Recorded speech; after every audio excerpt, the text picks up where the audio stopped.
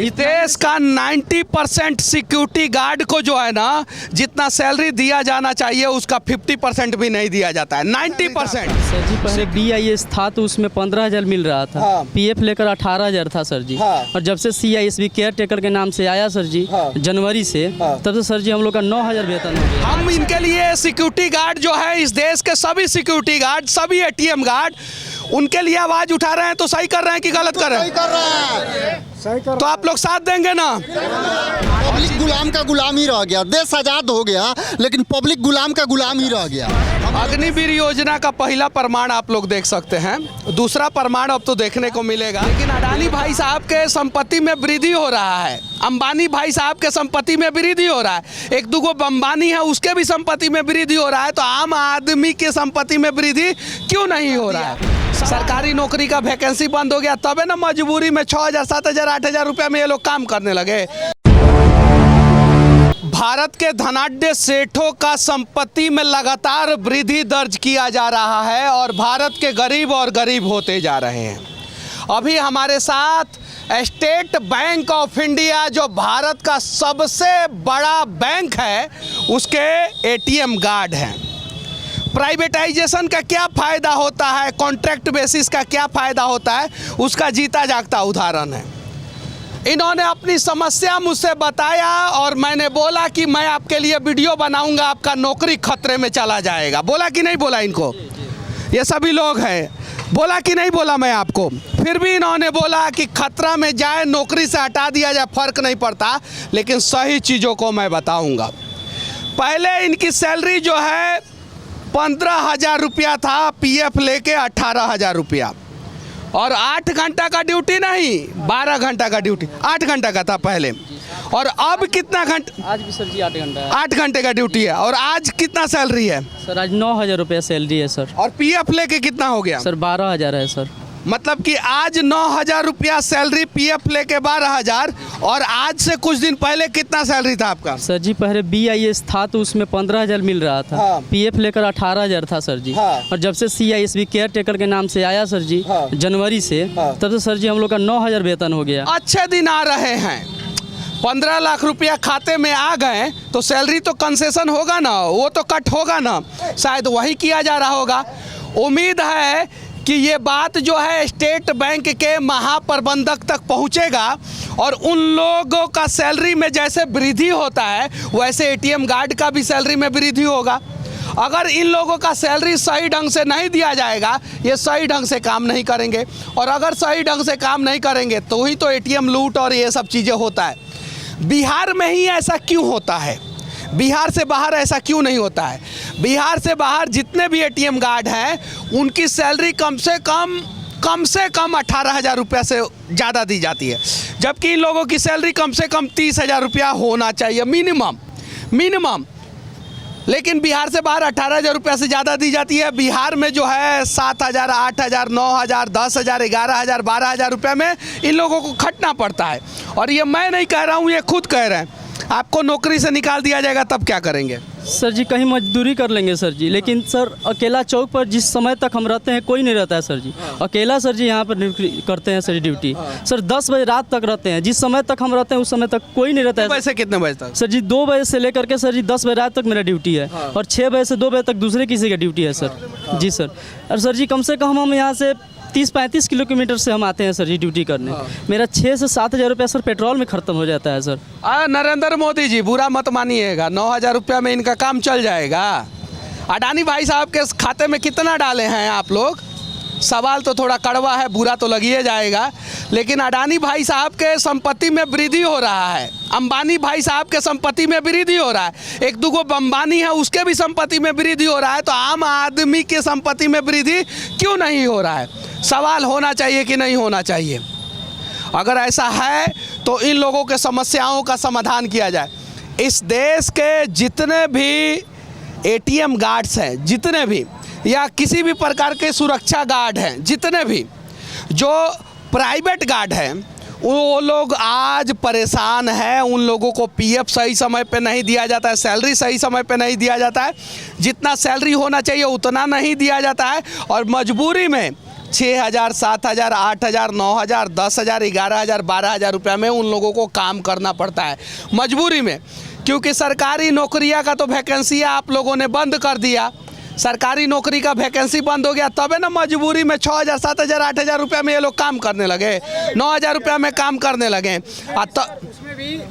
उसमें भी सर दिया जाता है कुछ नौकरी लेने के लिए, उसमें भी कुछ दिया जाता है। अच्छा, घूस दिए हैं आप? सर जी घूस तो दिए हैं, लेकिन ये बात कहेंगे तो निश्चित रूप से हमको हटा दिया जाएगा सर जी। इसके यही बात है सर।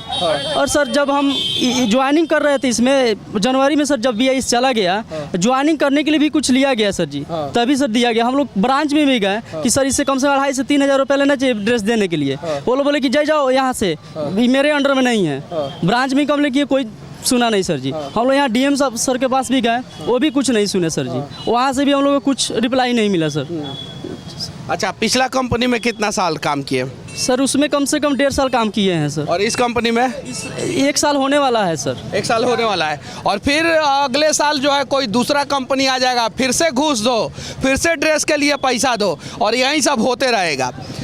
समस्या ये है कि इस देश का सरकार जो है लोगों का इतना खून चूस रहा है कि जिंदा रहना ही लोग अपनी आज़ादी समझ ले, ऐसा मजबूर कर दे रहा है।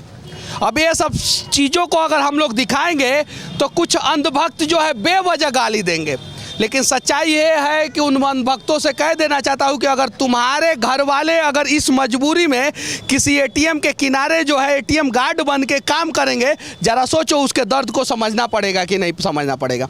अगर सरकार ईमानदार है तो इन लोगों की समस्या का समाधान करे।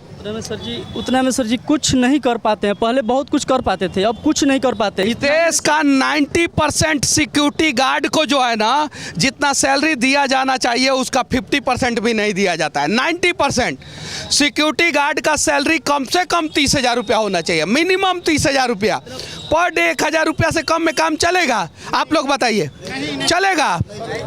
और कुछ नहीं करने की जरूरत है, उतना सैलरी दिया जा सकता है। जितना वृद्धि जो है अंबानी के संपत्ति में, अडानी के संपत्ति में 2014 से 2022 के बीच में हुआ, अगर उसका 1% भी वृद्धि अगर इन लोगों का हो गया रहता तो शायद जो है आज ये लोग परेशान नहीं रहते। लेकिन सच्चाई है कि हम राहुल गांधी के भक्त हो जाते हैं, हम नरेंद्र दामोदर दास मोदी जी के भक्त हो जाते हैं, हम नीतीश लालू के भक्त हो जाते हैं, हम मुलायम सिंह के भक्त हो जाते हैं, हम ममता के भक्त हो जाते हैं, हम केजरीवाल के भक्त होते हैं। लेकिन जब बारी आती है देशभक्त बनने का तो हम कहीं नहीं तो कहीं पीछे हो जाते हैं। जिस दिन इस देश का सभी लोग देशभक्त बन जाएंगे, इस देश के सारे समस्याओं का समाधान हो जाएगा। सही है कि नहीं है? सही है। सही है कि नहीं है? सही है। तो इनके लिए लड़ा जाना चाहिए कि नहीं लड़ा जाना चाहिए? इनके लिए आवाज़ उठाया जाना चाहिए कि नहीं? उठाना चाहिए सर। हम उठा के गलत कर रहे हैं या सही कर रहे हैं? हम इनके लिए सिक्योरिटी गार्ड जो है, इस देश के सभी सिक्योरिटी गार्ड, सभी ATM गार्ड, उनके लिए आवाज़ उठा रहे हैं तो सही कर रहे हैं कि गलत कर रहे हैं?